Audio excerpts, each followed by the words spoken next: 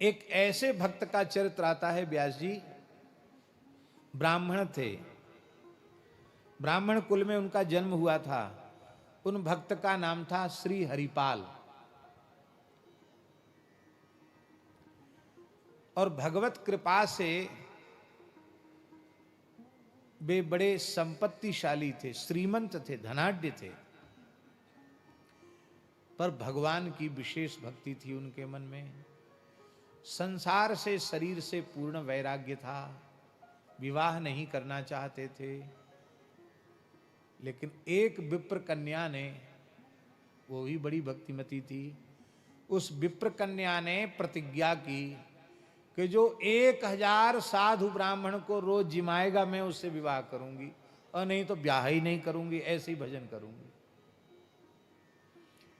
जब हरपाल जी के कान में बात पहुंची तो हरपाल जी के मन में आया, भैया ऐसी कन्या मिले तब तो विवाह किया जा सकता है, क्योंकि वो उसकी प्रतिज्ञा है कि जो 1000 साधु ब्राह्मण रोज जिमावे उससे मैं विवाह करूंगी। तो उन्होंने स्वीकार कर लिया विवाह का प्रस्ताव।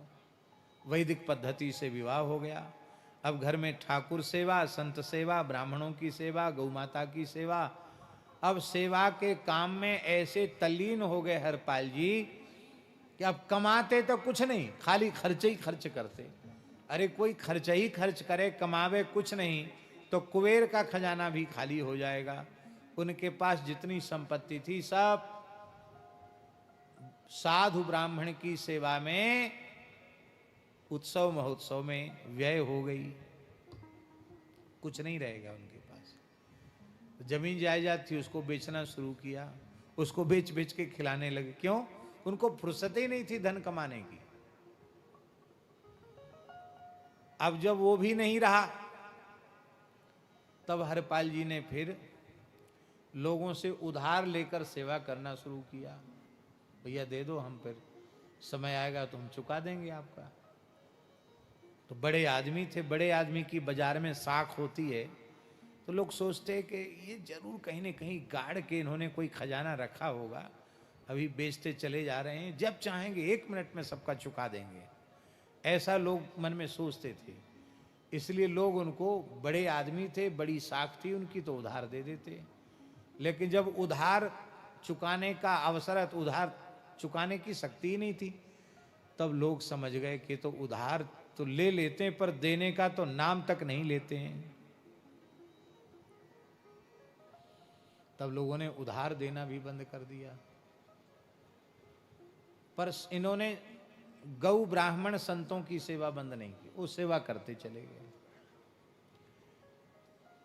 जहां व्यास जी पक्षियों को चुग्गा डालने लग जाओ, धीरे धीरे हजारों पक्षी आने लग जाते हैं। संत सेवा होने लगी तो देश दिशा विदिशाओं से अनेक संत आकर के उनको दर्शन देते, सत्संग होता, सबको कृतार्थ करते। तो अब वो क्या करने लगे हरिपाल भक्त? हरिपाल भक्त अब चोरी करते। चोरी आप लोग मत करना ये काम, इसलिए हमने पहले सावधान कर दिया कि आप कहोगे तो चोरी करके भी सेवा की जा सकती है। पहले हरिपाल जी जैसे अपना सर्वस्व लुटाओ, बाद में सोचना ये बात। अब पहले ही सोच लोगे तो गड़बड़ हो जाएगी। ये अति भक्ति का चरित्र है। तो चोरी क्या करते महाराज जी? सोना चांदी नहीं चुराते। वो घरों में जाते तो घी, बूरा, गुड़, आटा, दाल, चावल, ये जो राशन सामग्री, इसी को उठा लाते और उसी के घर से लाते। जो कमाता तो खूब, वो साधुओं की, ब्राह्मणों की सेवा नहीं करता, उसी के घर जाते, सबके घर नहीं जाते। जो भक्त है, धर्मनिष्ठ है, सेवा करता, उसको क्या लेना। एक वैश्य के यहाँ हरपाल जी पहुंच गए चोरी करने। वो वैश्य भगवान का बड़ा भक्त था। उसके घर में घुसे और आटा, दाल, चावल, घी, बूरा सब अलग अलग रख लिया उन्होंने, बांध लिया चादर में अपनी, और बांध करके वहां जाने वाले थे। तब तक वो वैश्य की लड़की जग गई।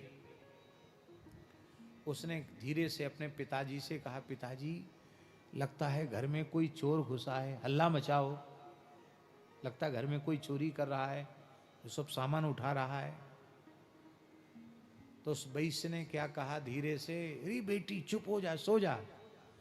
हम तो इसीलिए रोज अपने दरवाजे पर कुंडी भी नहीं लगाते हैं कि कभी महान संत सेवा प्रेमी, साधु सेवा में प्रेम करने वाले भक्त राज हरपाल जी की चरण रज हमारे घर में पड़ जाए।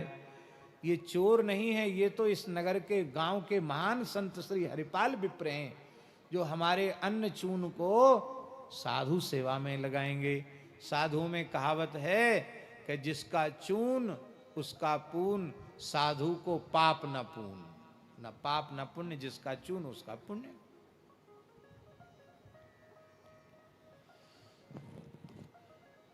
अब हरपाल जी के कान में बात पड़ गई, अरे बोले ये तो धोखा हो गया, किसी भक्त के घर में आ गए हम। तो अपने गांठ का पिछौरा भी वहीं छोड़ के चले आए। पर वो वैश्य भी कम नहीं था व्यास जी, वो वैश्य सवेरे ही सारा सामान लेकर पहुंच गया। बोले महाराज मेरे मन में बहुत दिन से मनोरथ था कि आपके यहाँ कुछ अन्न चून सेवा में लग जाए, आपका वस्त्र भी है, ये भी है, और कुछ अधिक ले जाकर उसने समर्पित किया। ऐसे सेवा करते थे। एक दिन ठाकुर जी ने परीक्षा ली। जैसे ब्रह्मचारी जी के साथ बड़ी जमात है, ऐसे ही कोई विशिष्ट महापुरुष आए, उनके साथ संतों की बहुत भारी जमात थी। और वो जमात जैसे हरपाल जी के यहाँ पहुंची, हरपाल जी ने सबको साष्टांग प्रणाम किया। आओ आओ महाराज, महाराज विराजो विराजो विराजो।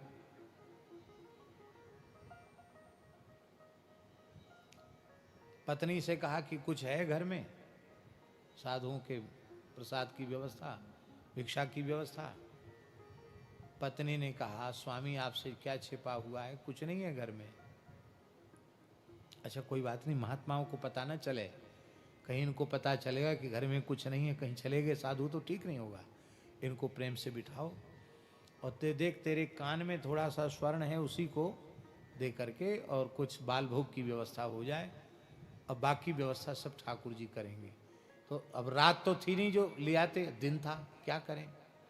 तो आज मन में सोचा कि दिन दहाड़े ही राहजनी करेंगे। राहजनी जानते हो ना, राहजनी समझते हैं कि नहीं, रास्ते में खड़े होकर किसी को लूट लेंगे। तो हरपाल जी निरंतर भगवान नाम का जप करते हुए बड़े बड़े तिलक धारण करते थे, तुलसी माला, और वो लठ पर अपनी ओढ़ी टिका के खड़े हो गए। और हे द्वारिकाधीश प्रभु, आज संतों की लाज रख दो, आज हमारे मेहमान घर में आए हैं, घर में खाने को कुछ नहीं है, कोई मालदार आदमी भेज दो, एक बार में ही लूट कर सब व्यवस्था हो जाए। तो दूसरा कोई मालदार तो नहीं आया, स्वयं रुक्मिणी जी के साथ द्वारिकाधीश भगवान आ गए। अब द्वारिका में ये बढ़िया से दिखा सकते हैं किसी प्रसंग में। तो जैसे ही ठाकुर जी वहां चलने लगे द्वारकाधीश प्रभु, तो रुक्मिणी जी ने कहा कि प्रभु इतनी हड़बड़ी में इतना सेठ बनकर और इतना हीरा जवाहरात पहन के, कहाँ बढ़िया पगड़ी वगड़ी बांध के, खूब अंगूठियां पहन के, हाथ में क्या होता है वो सोने के कड़ा वगैरह पहन के, कमर में कोंधनी बांध के खूब सोना लाद लिया। भगवान बोले ये सेठ के नाटक में आप कहाँ जा रहे हो। भगवान बोले ये तुम्हारी आदत बहुत खराब है, चलते समय टोकना नहीं चाहिए, टोकने से असगुन हो जाता है, सगुन बिगड़ जाता है। लक्ष्मी जी ने, रुक्मिणी जी ने कहा इतना क्यों नाराज हो रहे हैं, झल्ला रहे हैं हमारे ऊपर। अरे सही सही बताओ कहाँ जा रहे हो इस नाटक में, सेठ बनकर ये किसका, ये सेठ वाला भेष धर के कहाँ नाटक करने जा रहे हो। सांवलिया सेठ बनके तो नाटक आपने किया, अब कौन सा नाटक करने वाले हो। श्री ठाकुर जी के नेत्र भराए, बोले देवी विलंब मत, तुम बातों में मत अटकाओ, मेरा भक्त अधीर होकर मुझे पुकार रहा है, आज मैं उस अकिंचन भक्त का दर्शन करने जा रहा हूं। क्या कहा, दर्शन देने जा रहा हूं नहीं, क्या कहा, मैं अकिंचन भक्त का दर्शन करने जा रहा हूं। रुक्मिणी जी ने कहा तब तो हम जरूर चलेंगे, आपका दर्शन ब्रह्मा देवता करना चाहते हैं, और आप जिसका दर्शन करने जा रहे हो उसका दर्शन तो हम जरूर करेंगे। तो भगवान बोले बात मत करो, जल्दी सेठानी बन जाओ और बढ़िया बढ़िया आभूषण धारण कर लेना। माताओं को आभूषणों से बड़ा प्रेम होता है और उनके पतिदेव उनको प्रसन्नतापूर्वक अनुमति और दे दें, फिर तो क्या कहना। लक्ष्मी जी, रुक्मिणी जी तैयारी कर रही थी, अरे भगवान जल्दी जल्दी चलो, जल्दी करो, जल्दी करो। जल्दी जल्दी लक्ष्मी जी ने आभूषण धारण किए, सेठ सेठानी बनकर, और सीधे हरपाल जी के सामने प्रकट हो गए। वो तो आंख मूंद करके भगवान का चिंतन कर रहे थे, जप कर रहे थे। प्रभु आज हमारे घर में मेहमान आए हैं, आपके प्राण प्यारे संत आए हैं, आप लाज रखना, संत भूखे न चले जाएं। तो ठाकुर जी के आभूषणों की आवाज उनके कान, झम झम, इतना पहने थे ठाकुर जी। नेत्र खुले, देखो रे बड़ी बड़ी मालदार आदमी है, इतना इन्होंने शरीर पर पहन रखा है तो घर में इनके कितना होगा। तो हरपाल जी ने हाथ जोड़कर कहा, भगत जी राम राम। भगवान कुछ नहीं बोले। अरे भगत जी आपने सुना नहीं, जय श्री कृष्ण, जय द्वारिकाधीश। इतना सुनते ही तो ठाकुर जी तो नाटक करने गए, क्रोध में तिलमिला गए। अरे बोले हम खूब समझते हैं, तुम्हारे जैसे ये भक्तों का भेष बनाने वालों ने देश का बेड़ा गर्क किया है। हाँ, दिन भर राम राम करते हो, रात में चोरी करते हो, हम सब जानते हैं। वो तो भगवान तो ठीक ही बोल रहे थे, दिन भर राम राम करते हो, रात में चोरी करते हो। ये तुम्हारे जैसे लोगों पर हम विश्वास नहीं करते हैं, और हम तो ऐसे ढोंगियों को भीख तक नहीं देते हैं। जाओ अपना रास्ता नापो। हरपाल जी ने सोचा मन में कि ये तो बहुत भारी दुष्ट है, ये महाविमुख है, ये भगवान के नाम को सुनकर इसके भीतर आग लग गई। अरे राम राम बड़ा भारी, ऐसा नास्तिक आदमी तो हमने देखा नहीं, इसको तो जरूर लूटना है। तो हरपाल जी बोले, कोई बात नहीं भगत जी, मेरी बात से आपको कष्ट हुआ, आप क्षमा करें, मैं आपकी कोई सेवा कर सकता हूँ, सहायता कर सकता हूँ, तो आप मेरे लायक कोई सेवा बताइए। भगवान बोले कि हमको अमुक नगर तक जाना है और हमारे पास तुम देख ही रहे हो कि बहुत आभूषण हैं और कुछ हीरे जवाहरात, कुछ मुद्राएं भी हमारे पास, कुछ धन भी है हमारे पास, और हमने सुना है कि यहाँ इस क्षेत्र में एक बहुत बड़ा डकैत है, उसका नाम हरपाल है, लूट लेता है वो, तो उससे हमको बड़ा डर लग रहा है, तो उससे सुरक्षित बचाकर हमको इस जंगल के रास्ते को पार करा दो। हरपाल जी बहुत प्रसन्न हुए, चलो हमारे ही नाम ले रहा है। बोले हाँ हाँ है तो वो बहुत ऐसे ही आदमी जो आप कह रहे हैं, आपने ठीक कहा, पर एक बात है, हम आपको वहाँ तक पहुँचाएंगे, आपका कुछ सामान भी उठाएंगे, आपको वहाँ तक पहुँचाएंगे सुरक्षित, तो आप हमको क्या देंगे। बोले तुम जो इच्छा हो सो मांग लो। तो हरपाल जी ने कुछ मांग लिया, कहा देखो हमको मजदूरी पहले दे दो, क्योंकि हमारे घर में कुछ मेहमान हैं जिनसे उनके कुछ प्रसाद की व्यवस्था हो सके। और हरपाल जी को उन्होंने कुछ दिया और उन्होंने घर जाकर दे दिया, सब व्यवस्था हो गई। अब हरपाल जी चलने लगे तो ठाकुर जी ने क्या कहा कि देखो भगत तुम आगे आगे चलना और हम पीछे पीछे चलें, क्यों, एक तो रास्ता तुम्हारा देखा हुआ, हमारा रास्ता देखा हुआ नहीं है। दूसरी बात यह है कि सामने से कोई चोर बदमाश, कोई शेर भालू चीता कोई आ गया तो कौन हमारी रक्षा करेगा, आप आगे आगे चलो। तीसरी बात, आप पीछे मुड़ के मत देखना, क्यों, हम अपनी सेठानी के साथ क्या बात करते हैं, आप भगत आदमी, आपको सुनने की क्या जरूरत है, आपको देखने की क्या जरूरत है। हाँ बिल्कुल ठीक बात है, हम नहीं देखेंगे।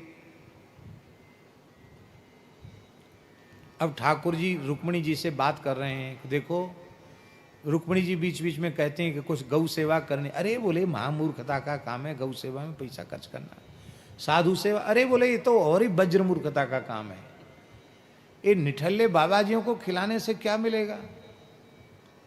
अरे पैसा है, पैसे से पैसा बढ़ता है, इसको और बढ़ाना चाहिए। देखो इतने खजाने वहाँ भर गए हैं, अब वहाँ एक नया खजाना स्थापित करना है, वहाँ नया धंधा खोलना है। अब रुक्मिणी जी भी भगवान का रुख समझ रही, रुक्मिणी जी सेवा की बात कहती, भगवान उसको फटकारते हैं और ये कान में सुनते हैं, पीछे देखते नहीं, क्यों शपथ दिला दी है।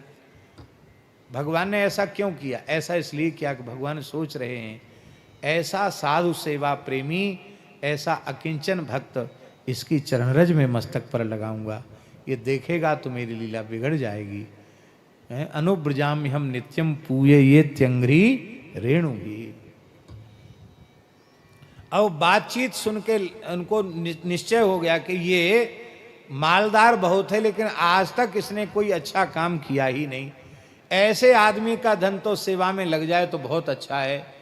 तो बीच जंगल में उन्होंने अपना साफा खोला और बिछा दिया रास्ते में, जोर से लठ पटका धरती पर, खबरदार एक पैर यहां से आगे बढ़ाया तो जितना माल पानी ये सब रख दो, यहां सारे आभूषण उतार कर यहां रख दो।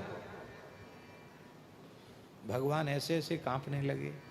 रुक्मिणी जी मन में सोचने लगी कि मधुकैटभ के आगे नहीं थरथर कांपे, हिरण्यकशिप हिरण्याक्ष के आगे थरथर नहीं कांपे, रावण कुंभकर्ण के आगे थरथर नहीं कांपे, शिशुपाल दंतवक्त्र के आगे, कंस के आगे थरथर नहीं कांपे। ये क्या हो गया इनको? कलयुग में लगता भगवान भी कमजोर हो गए हैं, ये इतना क्यों डर रहे हैं? रुक्मिणी जी की समझ में नहीं आ रहा था।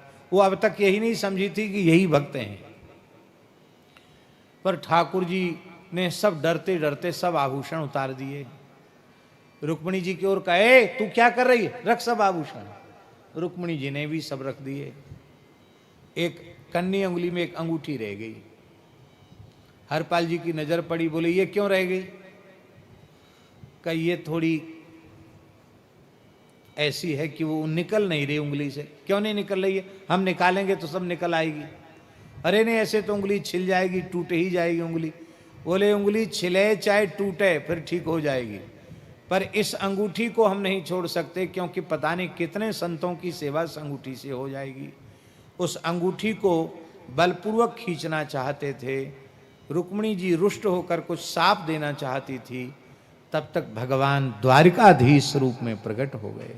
बोलो द्वारिकाधीश की। और जब वे द्वारकाधीश हो गए तो रुक्मिणी जी भी अपने स्वरूप में प्रकट हो गई। हरपाल जी फूट फूट कर रोने लगे, प्रभु आप हमारे साथ लीला करने के लिए आपने ही ये नाटक किया।